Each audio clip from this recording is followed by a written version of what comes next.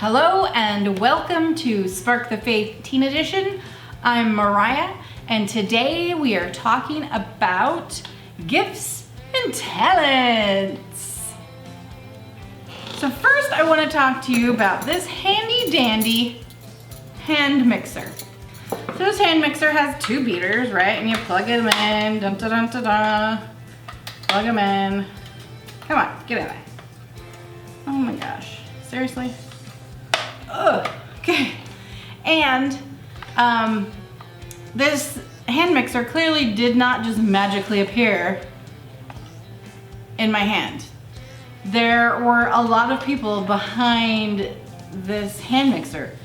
To get this hand mixer made, you would have needed an electrician, an engineer, a designer, a salesperson, a marketer to create all the ad campaigns, and a delivery person to distribute these to all the stores, right? And then, in order to get this hand mixer into our homes, it just doesn't happen like that, right? So we need all those people, so the electrician and the engineer. And many different skills are required. In the same way, God needs people with different abilities and talents in order to do his work. So think of some abilities and skills that teens have that they can use to do God's work. So a lot of teens that I know, that I see every week at Spark Youth, I know that a lot of them are caring and kind and loving.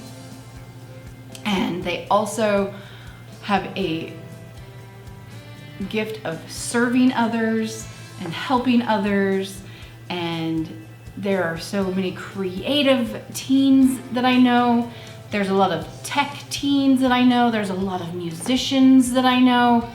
And when you bring that all together, you get a wonderful hand mixer, right? Just kidding. So, leave me some abilities and skills that you think teens have in the comments. But first, let's hear from Romans chapter 12, verses 3 through 8. And this is what the Bible has to say about our gifts and talents. And this is just one, it talks about gifts and talents all throughout the New Testament. This is just one section of it I want to focus on right now. For by the grace given to me, I say to everyone among you, not to think of yourself more highly than you ought to think, but to think with sober judgment, each according to the measure of the faith that God has assigned. For as in one body we have many members, and not all the members have the same function. So we, who are many, are one body in Christ, and individually we are members one of another. We have gifts that differ according to the grace given to us.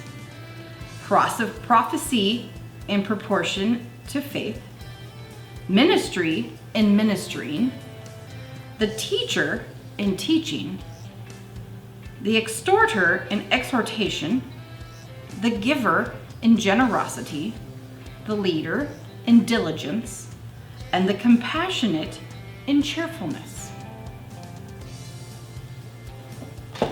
So, how can our different talents and spiritual gifts work together to accomplish God's work? Well, if you just look at the church, let's say we just look at Mass for a second. So we have so many parts happening. You have the priest, you have the altar servers, you have the deacon, you have the lectors who read the readings, you have the ushers and the greeters that you see when you walk in and they bring you into the church. You have the Eucharistic ministers, that help distribute the body and blood of Christ. You have the choir who sings us beautiful music, and you have the congregation. Now, if you just had the altar servers and nobody else there, would you be able to celebrate Mass? Or if you just had the congregation and nobody else there? So you see, if you just have one part, then the whole thing doesn't work. The whole hand mixer doesn't work right.